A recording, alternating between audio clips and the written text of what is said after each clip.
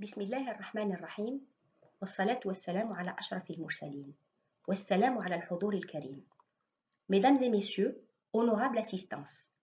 c'est un honneur d'être parmi vous aujourd'hui pour assister au congrès international portant sur les problématiques de refuge et de migration dans le monde arabe. Je tiens tout particulièrement à remercier les organisateurs de cette manifestation, le Centre Gill pour la recherche scientifique, sous le patronage de l'Union internationale pour les institutions scientifiques. Notre contribution aujourd'hui portera sur le Pacte mondial sur les réfugiés, nécessité d'une mise en œuvre efficace et effective pour l'assistance et la protection des réfugiés lors de la pandémie du Covid-19. Le 30 janvier 2020, l'Organisation mondiale de la santé déclarait que l'épidémie du Covid-19 constituait une urgence de santé publique de portée internationale. Le 11 mars, elle déclarait par ailleurs que la dite épidémie pouvait être qualifiée de pandémie. Le 19 mars, le secrétaire général des Nations Unies déclarait à son tour que l'organisation faisait face à l'un des plus grands défis de son histoire en affrontant cette pandémie. Nous sommes dans une situation sans précédent et les règles normales ne s'appliquent plus. La créativité de la réponse doit correspondre à la nature unique de la crise. Notre monde fait face à un ennemi commun. Nous sommes en guerre avec un virus. Le 31 mars, des institutions des Nations Unies, l'Organisation mondiale de la santé, mais également l'Organisation internationale pour l'immigration, le Haut Commissariat des Nations Unies pour les réfugiés et le Haut Commissariat des Nations Unies pour les droits de l'homme, rendaient public un communiqué conjoint dans lequel ils confirmaient que les réfugiés, les déplacés internes, les apatrides et les migrants représentaient des catégories vulnérables face à la pandémie Covid-19. Ils confirmaient par ailleurs que cette crise exigeait une approche internationale cohérente et efficace qui ne pouvait être atteinte qu'à travers une coopération globale, coordonnée et partagée.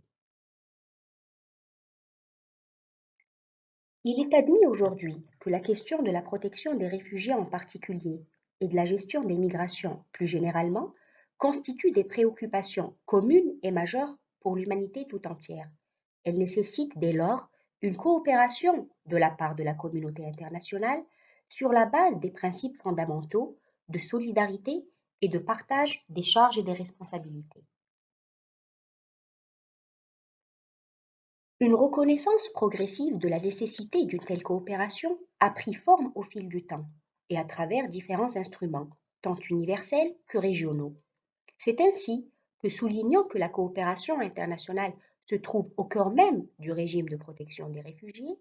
l'Assemblée générale des Nations unies a approuvé le 17 décembre 2018, dans sa résolution 73-151, le Pacte mondial sur les réfugiés, objet de notre étude, après 2 années d'intenses consultations et négociations lancées par la Déclaration de New York pour les réfugiés et les migrants en 2016. Le Pacte mondial sur les réfugiés se veut être un instrument témoignant de la volonté politique de la communauté internationale de renforcer la coopération et la solidarité avec les réfugiés et les pays d'accueil affectés, en appliquant le principe fondamental du partage des charges et des responsabilités. Dès lors, et c'est là la problématique de la présente communication, le Pacte mondial sur les réfugiés, en tant qu'instrument d'application de la coopération en matière de refuge, peut-il contribuer à protéger les réfugiés, une des catégories les plus vulnérables, lors de la pandémie Covid-19? Nous tenterons de répondre à cette problématique en 2 temps. D'abord, en présentant le Pacte mondial sur les réfugiés en tant que premier cadre mondial et inédit de la coopération internationale en matière de protection et d'assistance aux réfugiés. Ensuite, et ça sera l'objet de la seconde partie, en analysant l'opérationnalisation du pacte sur les réfugiés à travers les différentes actions de la communauté internationale pour assister et protéger les réfugiés lors de la pandémie du Covid-19. Le Pacte mondial sur les réfugiés rappelle dès son introduction que la réalisation de la coopération internationale pour la solution des problèmes d'ordre humanitaire constitue l'un des buts principaux des Nations unies. Par ailleurs, la Convention de 1951 relative au statut des réfugiés considère qu'une solution satisfaisante au problème des réfugiés ne peut être obtenue sans une coopération internationale. Néanmoins, ni la Convention de 1951, ni son protocole de 1967, ni d'ailleurs aucun autre texte international depuis, n'a concrétisé les formes de cette coopération pour la protection des réfugiés. Et c'est à cette situation, justement, ce quasi-mutisme de la communauté internationale sur les modes de coopération en matière de protection des réfugiés, que le pacte tente de remédier. Le pacte apparaît dès lors comme un texte déterminant pour améliorer la coopération internationale afin d'assister et de protéger les réfugiés. Il s'articule autour de 4 objectifs majeurs: alléger les pressions sur les pays d'accueil, accroître l'autonomie des réfugiés,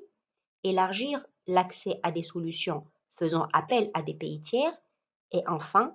aider à créer dans les pays d'origine les conditions nécessaires au retour des réfugiés, dans la sécurité et la dignité. Toutefois, il faudra tout de même souligner qu'en dépit de son apport majeur au cadre normatif international pour la protection des réfugiés,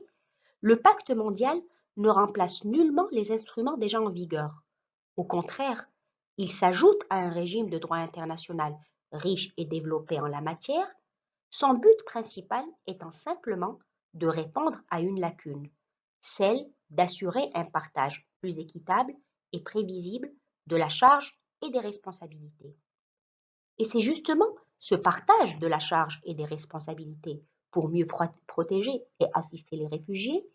qui représente le principe directeur du pacte mondial sur les réfugiés. Aujourd'hui, la majorité des réfugiés du monde se trouvent dans 10 pays seulement. 85% sont dans des pays en voie de développement, alors que seulement 10 autres pays fournissent 93% du budget du HCR. Aussi, le pacte mondial entend fournir une base légale d'un partage prévisible et équitable entre d'une part les États membres des Nations unies et d'autre part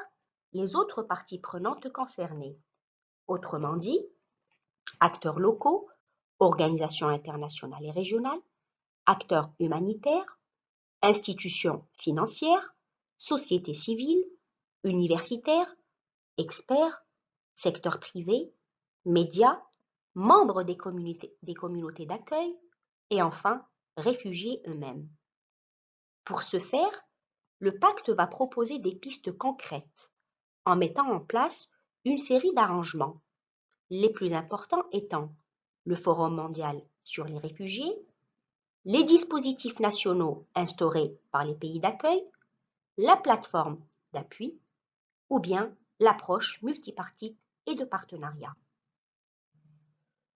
Pour conclure cette première partie dédiée à la présentation du pacte mondial sur les réfugiés en tant qu'instrument novateur et inédit dans la mise en œuvre du principe de partage des charges et des responsabilités en matière de protection des réfugiés,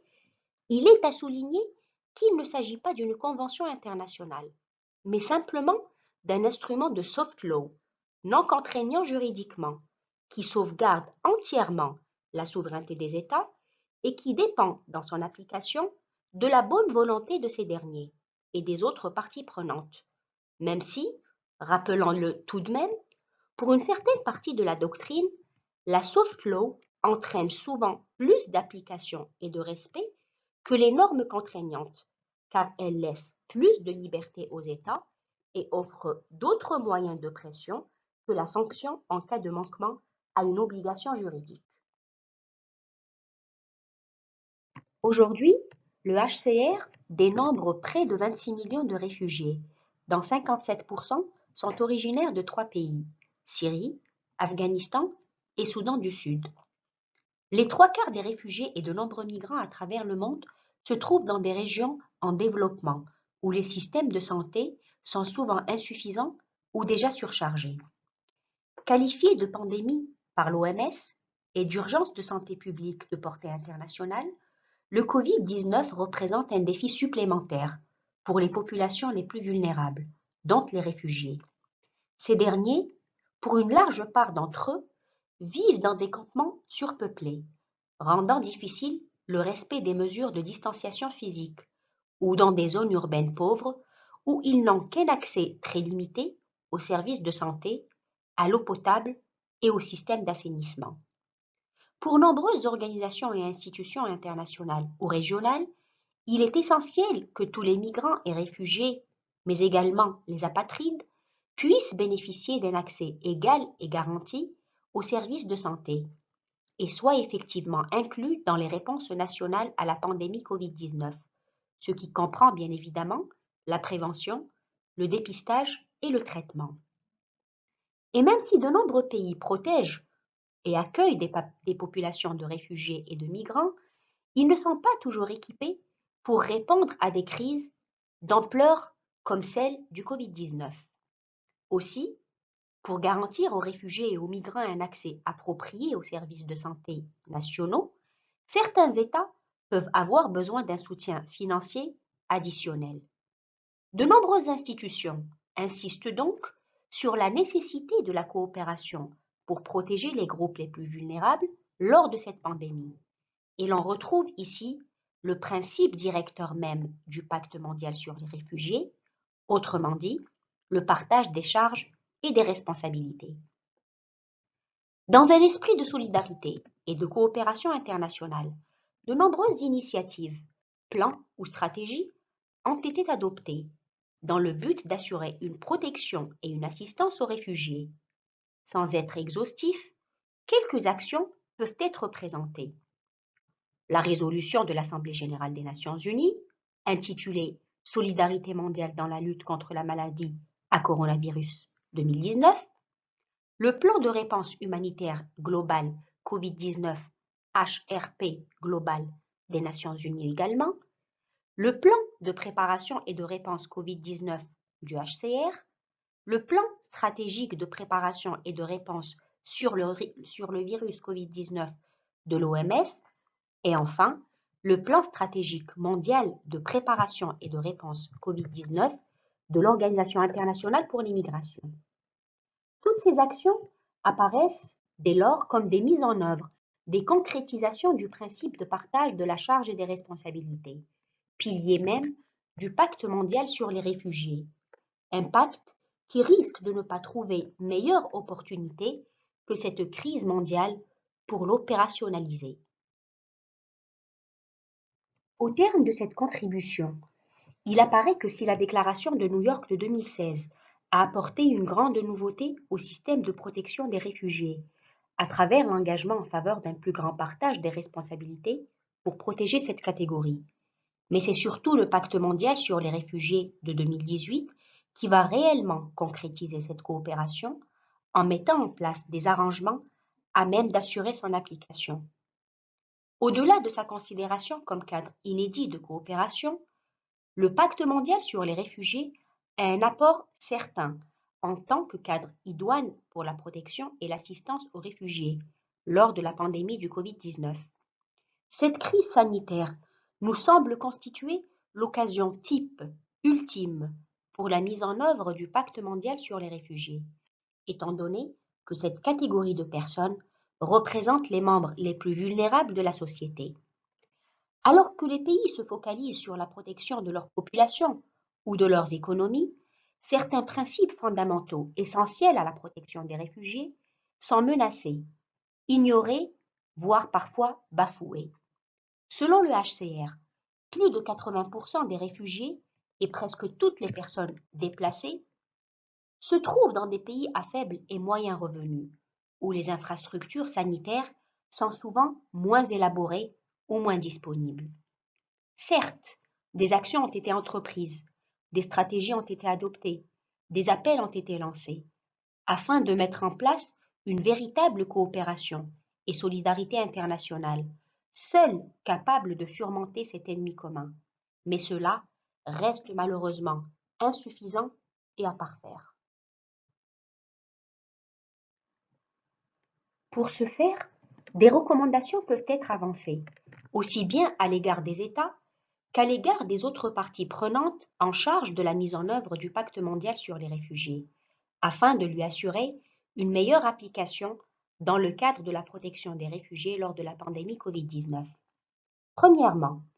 le droit de jouir du meilleur état de santé étant un droit fondamental de la personne humaine, tel que proclamé dans la Constitution de l'OMS ou encore dans le Pacte international sur les droits économiques, sociaux et culturels. Les États doivent concevoir des mesures de lutte contre la pandémie Covid-19 qui intègrent les réfugiés, en leur assurant un accès à l'information, un accès aux tests de dépistage et également aux services de santé, et ce, sans aucune discrimination. Deuxièmement, les États doivent adapter les plans de lutte contre le Covid-19 aux particularités des réfugiés, essentiellement ceux qui vivent dans des camps officiels ou des campements de fortune, leur assurant au moins le nécessaire en matière de santé publique. Troisièmement, les États doivent prévoir la décongestion des camps de réfugiés ou leur évacuation lorsqu'un pays risque de se trouver submergé. Quatrièmement, considérant la faiblesse des systèmes de santé dans la grande majorité des pays de retour, les États doivent suspendre temporairement les retours forcés des réfugiés lors de la crise du Covid-19. Cinquièmement, les États doivent respecter leurs engagements découlant du Pacte mondial sur les réfugiés en matière d'aide et assurer aux pays d'accueil des financements à long ou au moins à moyen terme. Sixièmement, l'implication des réfugiés pour lutter contre le Covid-19 à travers leur contribution directe ou indirecte dans les plans de lutte établis par les communautés d'accueil, à titre d'exemple, par le recours de ces communautés aux praticiens de santé réfugiés. Septièmement, les institutions financières, mondiales ou régionales, doivent jouer un rôle de premier plan en mettant des fonds ou d'autres mécanismes de financement à disposition des pays d'accueil les plus démunis, afin de les aider à faire face à la pandémie Covid-19, essentiellement pour le développement de leur système de santé et l'amélioration de leur qualité. Huitièmement, la société civile, aussi bien nationale qu'internationale, doit assumer son rôle de partenaire pour fournir l'assistance humanitaire et venir en aide aux réfugiés lors de la pandémie du Covid-19. Mesdames et messieurs, je vous remercie pour votre aimable attention.